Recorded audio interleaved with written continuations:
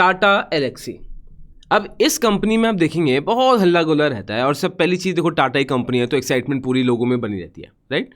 But एक चीज़ जो लोगों का कंसर्न चल रहा था और जो लेजिटिमेट भी है कि लोग बोलते हैं भाई टाटा एलेक्सी कोई फ़ायदा नहीं है, बिकॉज कंपनी तो आप देखोगे 55% गिर चुकी थी अपनी पीक से, बट रिसेंटली 41% तक का जंप मार चुकी है। अब लोग बोलेंगे भाई टाटा एलेक्सी तो अच्छा स्टॉक है, क्या सही में अच्छा स्टॉक है, क्या ये लॉन्ग टर्म इन्वेस्टमेंट के स्टॉक है? उससे पहले ना इस वीडियो में आपको मैं समझाने वाला हूँ कि टाटा एलेक्सी का सर धंधा क्या है। बिकॉज लोग बोलते हैं आईटी टाटा टेक, टाटा एलेक्सी, टीसीएस, बिजनेस में कंफ्यूज हैं, क्लैरिटी नहीं है इसमें। सो अगेन मैं आपको एक्सपर्ट नहीं बनाना चाह रहा हूँ आईटी में, लाइंस वेग होती हैं इनके बीच में, बट आपको क्लियरली आइडिया तो होना चाहिए भाई क्या है क्या नहीं है।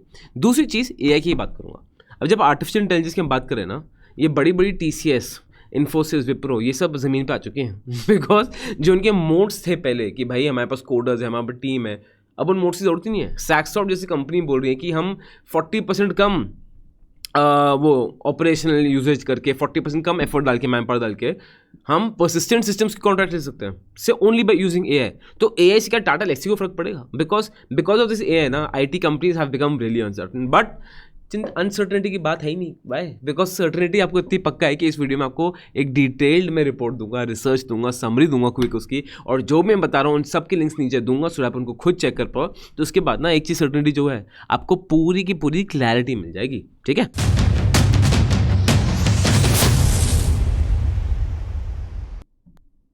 This content is only for education purposes. We do not provide any buy or sell recommendations. Please do your own research before making an investment. Tata Elxsi company form हुई थी 1989 में और इन्होंने इलेक्ट्रॉनिक एम्बेडेड सिस्टम्स को रेवोल्यूशनाइज कर दिया, ठीक है। They are into engineering and research, they are into software development services, they are into software development services and systems integration and support. सबसे पहली चीज़ बात करते हैं ER&D की, इंजीनियरिंग रिसर्च एंड डिज़ाइन। ये बहुत ही बड़ा एक डोमेन है। It's like saying something in finance, कोई फाइनेंस में, बट फाइनेंस में सर वो PMS में है, वो ऑडिट में है, वो अकाउंटिंग में है, किस चीज़ में है वो complete different. Same cheese ER&D, engineering research and development में भी बहुत सारी स्पेस से आता है। इनके जो मेजरली जिनके जहाँ से रेवेन्यू आता है, सबसे पहला है सॉफ्टवेयर डेवलपमेंट सर्विसेज। ये क्या है बेसिकली, अगर आपके पास कोई कंपनी ने टीवी बना दिया, राइट, या कंपनी ने नॉट मोबाइल, कंपनी टीवी बना दिया, या कंपनी ने कोई कैमरा बना दिया, या कंपनी ने कुछ भी बना दिया, फ्रिज बना दिया, वॉशिंग मशीन बना दिया, व्हाटएवर कंपनी ने जो बनाया, ठीक है, उन सब का जो खोखा हार्डवेयर है वो तो कंपनी बना रही है, राइट। बट कोई जो उनका इंटरनल सॉफ्टवेयर है, how will they operate, user का इंटरफेस कैसे रहेगा, वो पूरा बनाती है Tata Elxsi. This is when I called software and development services. अब आता है systems integration and support.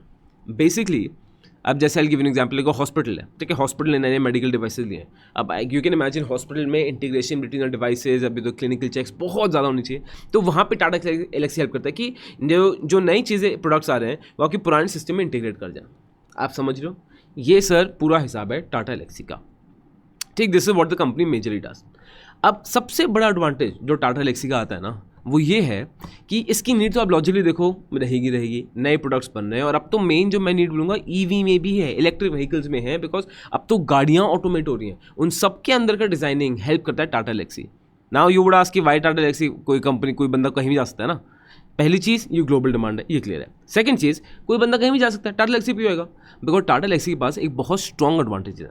सबसे पहला, टाटा ग्रुप तो देखो है ही, ठीक है, उसके ट्रस्ट वो आता ही है, एंड इंटरनेशनल लेवल पे ट्रस्ट आता है। सो मैं सिर्फ उसकी बात नहीं कर रहा हूँ, ठीक है, उसको मैं अभी डिस्काउंट कर रहा हूँ। अभी हम बात करते हैं बिजनेस के बारे में। टाटा एलेक्सी का बिजनेस आप देखेंगे ये हर जगह फैला हुआ है, राइट। इनके regional office India, Bangalore, Mumbai, Delhi में है। यूनाइटेड स्टेट्स ऑफ अमेरिका में Dallas, Santa Clara, Troy and Jacksonville, Philadelphia में है। UAE में दुबई में है, फ्रांस में पेरिस में है, जर्मनी में फ्रैंकफर्ट है, आयरलैंड में डबलिन में है, जापान में कंगावा में है। सो हर जगह फैले हुए हैं, तो सबसे बड़ा इनका एडवांटेज इसी पर आ जाता है। दूसरा, इनका एक फ्लेक्सिबल डिलीवरी मॉडल है, जहाँ पे एफर्टलेस तरीके से या तो ऑफसेट कर देंगे, या नियर शो कर देंगे, या ऑफ शोर कर देंगे। उसके बाद क्या है, इनका रेवेन्यू मिक्स भी अच्छा है, यूरोप से भी आ रहा है पैसा, अमेरिका से भी आ रहा है, हर जगह से पैसा आ रहा है।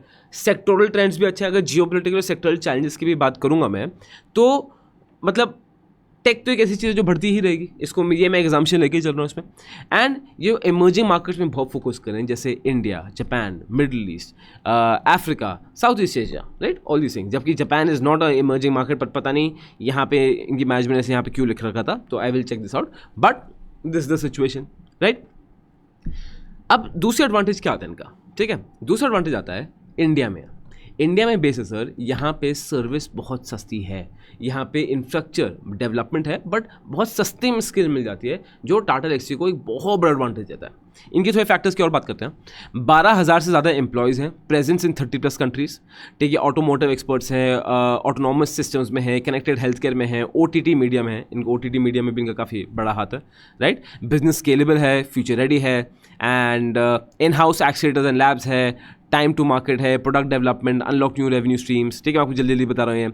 फिर टैलेंट की बात करेंगे तो 70% plus workforce is AI ready, और AI को तो मैं आगे और बात करना चाहता हूँ इसमें अभी, right. AI, ML, cloud, DevOps, systems engineering, मतलब नेक्स्ट जेन सोल्यूशन में बात करेंगे। Tata Elxsis in all these things have been really working, और AI की बात तो बहुत टाइम से काम चल ही रहा है। अगर AI की बात कर रहे हैं तो let me show you this, ठीक है।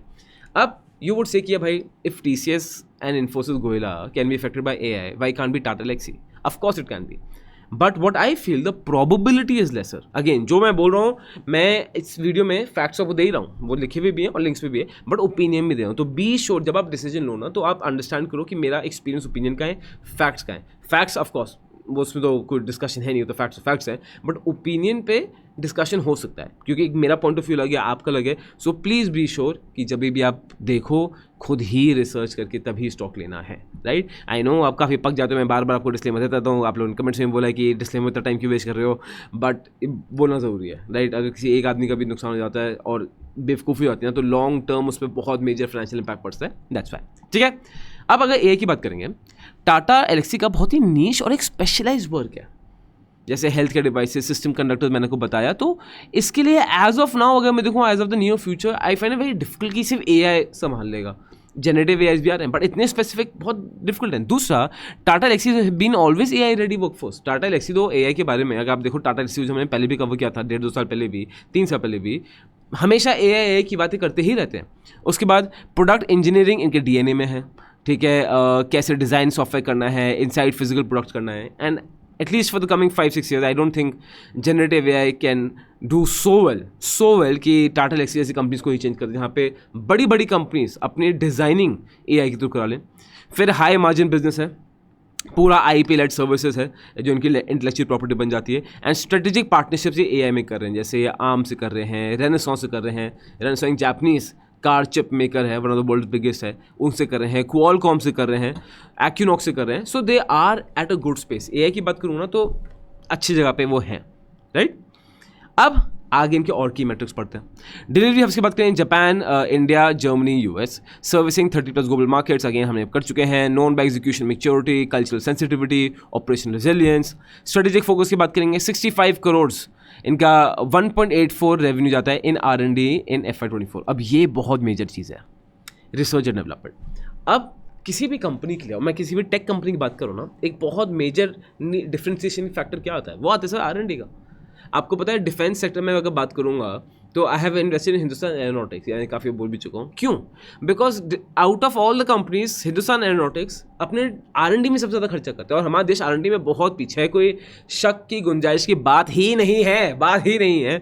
एंड ये इसलिए भी है, उसमें गलती सरकार की पूरी गलती है, बिकॉज कभी भी गवर्नमेंट ने R&D के लिए कभी कुछ सहानुभूति दी ही नहीं है। मतलब R&D के लिए पैसे में भी अब GST देंगे, R&D में कोई टैक्स रिबेट नहीं है, कोई टैक्स बेनिफिट नहीं, कुछ भी नहीं है, राइट। सो कुछ कंपनीज के पास इंसेंटिव ही नहीं है R&D करने के लिए, तो government is definitely working on it, but as of now कुछ खास चीज़ें नहीं आई हैं, एंड आई डोंट एक्सपेक्ट कि ज़्यादा इसमें चीज़ें होंगी, R&D में ज़्यादा कुछ बेनिफिट्स मिलेंगे, right.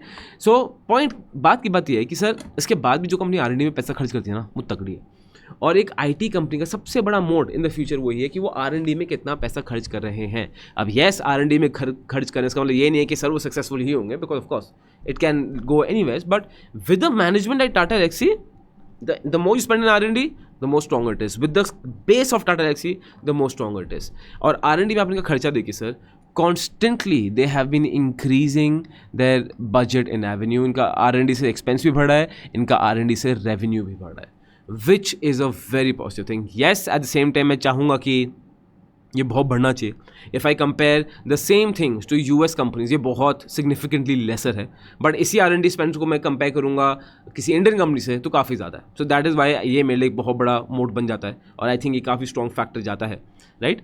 And R&D spend is focused to across 100 crore by FY 2028. ये बाय द वे ये 2028 तक का ही है एक्सपेक्टेड, राइट. उसके बाद R&D रेवेन्यू रेशियो वो हमने इसमें बात कर लिया, right. So long term this is the situation. अब इसके बात करते हैं इनका जो डिलीवरी मॉडल है 74 to 76%, ठीक है, ऑफ शोर्स इनका पैसा आ रहा है, स्केलेबल कॉस्ट एफिशिएंट है. इंडिया एक लो कॉस्ट हब है जो हमें बात कर चुके हैं, ठीक है. AI की बात करते हैं, अगेन वीव कट दिस की आर्म के साथ, रेनेसॉन्स के साथ, कॉलकॉम के साथ they are working and this is good, ठीक है. तो all these things are working for Tata Elxsi undoubtedly. Quarter results की बात करते हैं सर, इतने अच्छे नहीं आए सरप्राइजिंगली, जबकि आपको लग रहा हो कि क्वार्टर रिजल्ट्स बहुत अच्छा नहीं चाहिए यार, अगर कंपनी का रिजल्ट अच्छा किया, इतने अच्छे क्वार्टर रिजल्ट्स नहीं आए. आप देखेंगे इनका नेट प्रॉफिट तो 3 has fell by 3.5% year on year which is obviously not good. Revenue बढ़ा है 3% year on year which is okay. Total expenses बढ़ गए हैं 7% year on year which is not good. And operating margins have been squeezed, right. So ये issue तो चल ही रहे हैं और इनका मेन इशू ना काफ़ी हद तक वही सिचुएशन है. सबसे पहला US स्लोडाउन वरीज है. US के साथ अभी क्या सिचुएशन है क्या नहीं है कुछ क्लियर नहीं है. और टाटा मोटर्स की तो जैगुआर लैंड रोवर तो ऑलरेडी बैंड बज गई है अच्छे से US अग्रीमेंट्स में, because I think auto exports, ठीक है, you can correct me if I am wrong, auto exports from UK and Slovakia 27% tariff लग रहा है उसमें US जाने पे. और टाटा मोटर्स ने इस चक्कर में जैगुआर लैंड रोवर की आई थिंक अप्रैल या मई की शिपमेंट भेजे ही नहीं क्योंकि इतना ज़्यादा महंगा पड़ा था. वो तो UK बेस्ड ही है. सो या so this is one issue. अब ये स्लो डाउन है but at the same time this gives massive opportunity for us to buy good stocks at very good valuation. And Tata Elxsi one thing good for investors की ये stock इतनी ridiculous piece में बैठा रहता था ना, अब एक अच्छी डिसेंट पीस में आ गया है, राइट. अब इसके बारे में और बात करेंगे, ठीक है. उसके बाद ये अपना डिस्क्रिशनरी IT स्पेंड को कम कर रहे हैं, ऑटोमोटिव टेलीकॉम कंज्यूमर टेक में काफ़ी फोकस कर रहे हैं. टैरिफ पॉलिसी इकोनॉमिक अनसर्टनिटी है जो इनके लिए दिक्कत दे सकती है, राइट. PE की बात करें, PE टाटा एलेक्सी में आपको बता रहा था ना was sold above 120 plus 120 times ज़्यादा PE हो गया था, 120 टाइम्स ज़्यादा PE. अब PE पता नहीं I think after how many years PE back to earth आ रहा है, 50 के पास PE आ गया. अगर मैं आपको उसको थोड़ा और डिटेल में दिखाऊँ इसके लिए मैं यूज़ कर रहा हूँ investing.com एंड अगेन मैं बोल रहा हूँ दिस इज़ वन, प्लीज़ ये डेटा आपको देखना चाहिए, आपको खुद समझना चाहिए इस डेटा को, ठीक है. तो अब टाटा एलेक्सी में जाएंगे, यहाँ पे रेशियोज में चेक कर रहा हूँ. You see PE ratio is 50.97 times, industry का है 54.38, which actually is a good standard, right? तो long term investment के लिए I feel this is a very good opportunity, but आपको खुद डिसाइड करना है तो ज़रूर मुझे बताइएगा. एंड मेरी अपॉर्चुनिटी मुझे क्यों लगती है मैं आपको रीज़न बता रहा हूँ एंड सारे मैं आपको बताएं. बट अजम्पशन ये है कि जेन AI मेरे हिसाब से 5-6 साल में इतना स्ट्रॉन्ग नहीं होगा जितनी मैंने रिसर्च की है कि टाटा एलेक्सी जैसी नीश कंपनीज को लिमटा दे. उसके बाद अगर टेक्निकली बात करें, शॉर्ट टर्म की बात करें तो टेक्निकल यहाँ पे पूरा आपको इंटरेस्टिंग तरीके से investing.com दिखाता है, right. So you can show you this is early. तो 5 आवर्स में आपको इंडिकेटर्स दिखा देगा. तो डेली देखते हैं तो डेली में तो इट्स शोइंग नेगेटिव, न्यूट्रल दिखा रहा है ओवरऑल एंड मूविंग एवरेज आपको प्लस दिखा रहा है. फिर आप वीकली देख सकते हैं, आप मंथली देख सकते हैं. So all these things you can easily check. Plus इसमें अगर आप न्यूज़ पे जाएंगे which is super interesting, news analytics में आपको ये भी आ जाएगा कि what are people forecasting on Tata Elxsi, ठीक है. Bernstein is group is saying Tata Elxsi at underperform with price target of 4.13 K. Morgan Stanley maintains Tata Elxsi is underweight, मतलब जो उनके लिए अच्छा लग रहा है eight target of 4.66 K. JP Morgan maintains Tata Elxsi underweight. तो ये सारे फीचर आपको मिलते हैं और ये सब प्रोविडेंस आप देख सकते हो, ईजी टू रीड है, सब आसान है. एंड इसमें AI प्रो पिक्स बहुत चीज़ें आपको भर भर के फीचर्स मिलेंगे. And if you want to register for this, अभी जब मैं वीडियो रिकॉर्ड कर रहा हूँ इनका बहुत ही बढ़िया फ्लैश सेल चल रहा है जिसमें आपको अच्छा डिस्काउंट मिल सकता है. एंड अगर आप उस एफिलिएट लिंक के थ्रू जाएंगे जो मैंने आपको नीचे दिया है तो उसमें आपको और डीपर डिस्काउंट्स मिलते हैं. जैसे आई शो यू हियर इनके, अगर मैं ये 2 ईयर्स का कर रहा हूँ, यहाँ पर जा रहा हूँ तो ऑलरेडी आपको इसमें डिस्काउंट्स पड़ रहे हैं. So if I just click here तो इस एफिलिएट लिंक के थ्रू आप देखोगे बाद में आपके डिस्काउंट्स और ऐड अप हो जाते हैं, जहाँ पे ये आपको ये इस एफिलिएट लिंक के थ्रू आपको 2000 के बट 2100 डिस्काउंट्स आपको और मिल जाता है. And for me this is one investment जो आपकी पोर्टफोलियो के लिए ज़रूरी है. ये आपको बहुत इंटरेस्टिंग इंसाइट्स, बहुत बढ़िया चीज़ दिखाता है. So definitely do consider investing pro. But आपका क्वेश्चन फिर ये होता है कि why did the stock jump? अगर Q4 इतना रिजल्ट अच्छा नहीं आया तो स्टॉक जंप क्यों किया? बिकॉज नेट प्रॉफिट इनका 13.4% से नीचे आ गया है. ठीक है, इनका रेवेन्यू डिक्लाइन कर गया है, मतलब स्लाइटली 939 करोड़ से 908 crore. EBITDA margin is 22%. So you would say कि स्टॉक बढ़ गया है 40%. क्यों, क्या, कैसे? Let's understand that. जो इनका FY25 का होराइजन है ना, आप देखेंगे it is due to underutilisation and soft revenue. FY26 में जो एक्सपेक्टेशन है और मैनेजमेंट बहुत स्ट्रॉन्ग गाइडेंस दे रही है, वो बोल रहे हैं that operating leverage from a large deal off ramp ups better हो जाएगा. यूटिलाइजेशन बिलो 70% था, तो बोल रहे हैं कि बहुत रूम है हमारे एफिशिएंसी बढ़ने के लिए. ठीक है, टाइट कॉस्ट कंट्रोल कर चुके हैं, ऑफशोर हैवी डिलीवरी कर रहे हैं, कॉशियस हायरिंग कर रहे हैं. प्लस इनको 100 मिलियन की रिसेंटली डील मिल गई है, 50 मिलियन की ट्रांसपोर्टेशन डील मिल गई है. सो येस, बहुत टेक डील्स, हर टेक डील तो ऑर्डर बुक कन्वर्ट नहीं होती, but the probability is now higher, right. इसके बाद बात करेंगे इनकी कोलैबोरेशन है हिंदुस्तान एरोनॉटिक्स के साथ. ठीक है, गरुड़ा एयर स्पेस के साथ, फिर CSIR NAL के साथ, फिर फोकस एरिया है तेजस एयरक्राफ्ट UVs. तो ये थोड़ा डिफेंस सेक्टर में आता है, which is exciting. Aerospace sector में आता है. उसके बाद प्रीमियम प्राइसिंग में आ रहा है, on site offshore mix table, जो मैंने आपको बताया कि बेसिकली ये डाइवर्सिफाइड है, ये ऑल ओवर है, राइट. तो उसका इनको एडवांटेज मिलता है. एंड रेवेन्यू डाइवर्सिफिकेशन एफर्ट करें कि भाई US में डिपेंडेंसी कम की जाए. और जो पहली बात की थी कि ये डेवलपिंग मार्केट में ज़्यादा फोकस करने से, मिडिल ईस्ट हो गया, इंडिया हो गया, तो USA ये अपना शेयर डाउन 38 to 31% करना चाहते हैं. इंडिया में शेयर आप 16 to 9% करना चाहते हैं. रेस्ट ऑफ द वर्ल्ड में ये शेयर आप 5.6 to 8.3% करना चाहते हैं. Basically they want to reduce dependency on the international on basically US, which for me is strong, and मुझे पर्सनली तो लगता है कि it's quite a strong proposition for long term. But आपका क्या टेक है नीचे कमेंट बॉक्स में ज़रूर बताना. और अगर अभी तक वीडियो देख रहे हो तो एक लाइक तो बनता है, क्यों?